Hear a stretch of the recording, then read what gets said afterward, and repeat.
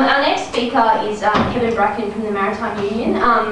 As some of the earlier speakers have alluded to, the MUA has been one of the key players in the campaign so far in terms of their political support for the campaign. So we're very grateful to have him along this evening.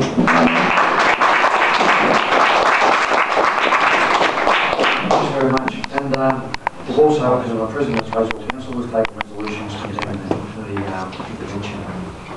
And when you look at the facts, 2 years after the intervention, is that the reason it was put in there to look at, for the welfare of children up here, is that it wasn't happening. There's more underweight babies being born actually after the intervention than what there was here. And a number of other things too, is that there's also a lot more mining licences being there too.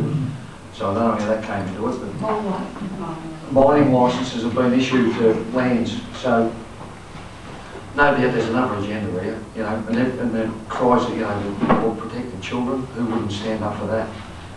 Who wants to see children abused?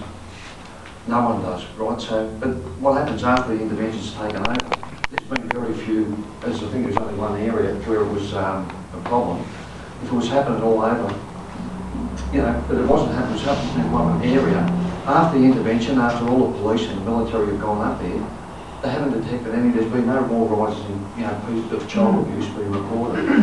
So if it wasn't, why did a blanket action have to be taken out of every Aboriginal community in Northern Territory? So there's other agendas there, and no doubt the mining licences and that are cause of it. If you've got a problem in one area, then you fix the problem up in the area. It's a crime being committed. It's easy to, all you have to do is arrest it. Take action. There's legislation there. But you don't bring a blanket into legislation right over the country to affect everyone for what's a problem in one small area. So,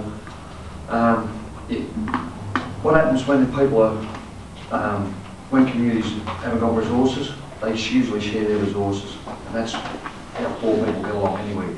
And what this legislation actually stops that from taking place.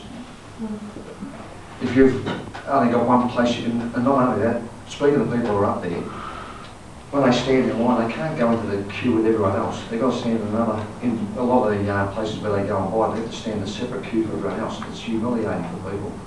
And speaking to people who have been up there too, is if you've got a lot of other places around there, like scatter security, driving around in big, with Glocks on their sides, that's not what you need, to look after people. You have to spend money in communities. You have to actually engage people who live there if you want to improve. Not bring up people from the southern states and the seaboard to go and work there. They've got contractors getting paid $70 an hour, to go up and work. No Indigenous kids are being trained up in things. There's very few houses are being built. And for the houses that have been built, they've been for the people who are actually going up there as part of the intervention, not for the people who live up there.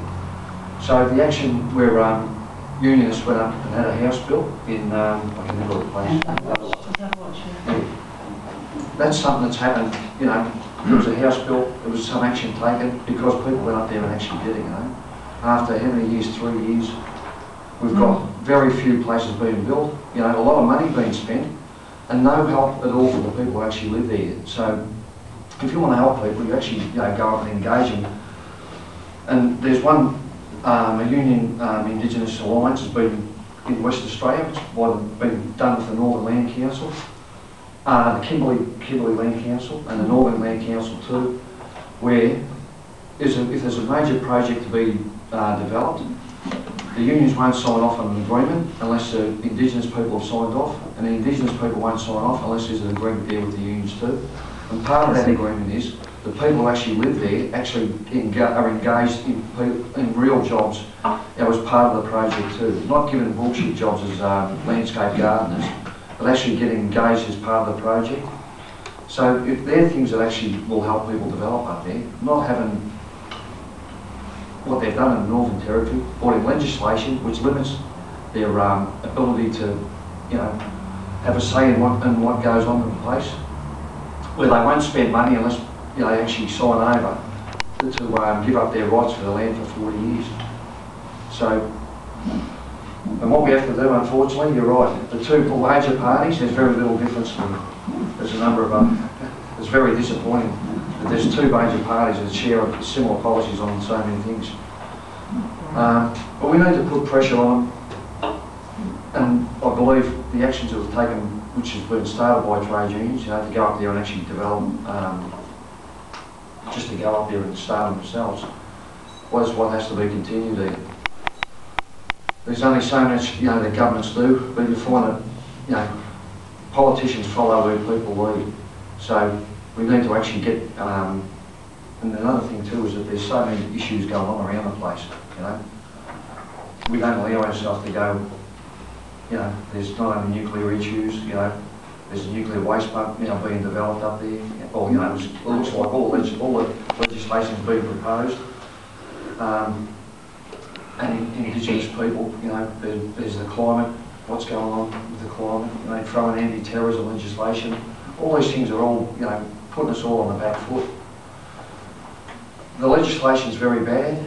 The trade union movement is prepared to take action against it.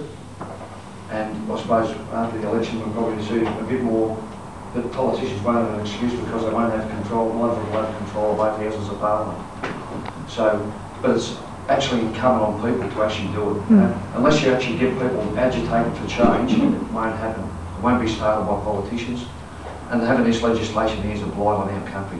So, yeah. Thank you.